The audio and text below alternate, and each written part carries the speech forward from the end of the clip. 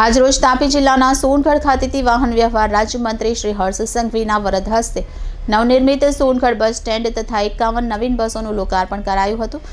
સાથે જ 22 તારીખે જ્યાં રામ દરબારની પ્રાણ પ્રતિષ્ઠા થનાર છે તો જય વિજય હનુમાન મંદિરની મુલાકાત લઈ દર્શનનો લાભ લીધો હતો। હર હર ભગવા છાયેગા રામ રાજ્ય ફિર આયેગા। આજે સમગ્ર દેશ જ્યારે રામના રંગે રંગાયો છે ત્યારે ગુજરાતના છેવાડે આવેલા તાપી જિલ્લાના સોનગઢ ખાતે પધારેલા ગુજરાતના ગૃહ રાજ્યમંત્રી હર્ષભાઈ સંઘવી સોનગઢના જય વિજય હનુમાન મંદિર કે જ્યાં 22 તારીખે અધ્યયની સાથે જ રામ દરબાર સાથે ગણેશજીની મૂર્તિની પ્રાણ પ્રતિષ્ઠાની પૂજા ચાલી રહી છે ત્યાં મંદિરની મુલાકાત લઈ દર્શનનો લાભ લીધો હતો અને ભગવાનના આશીર્વાદ મેળવ્યા હતા।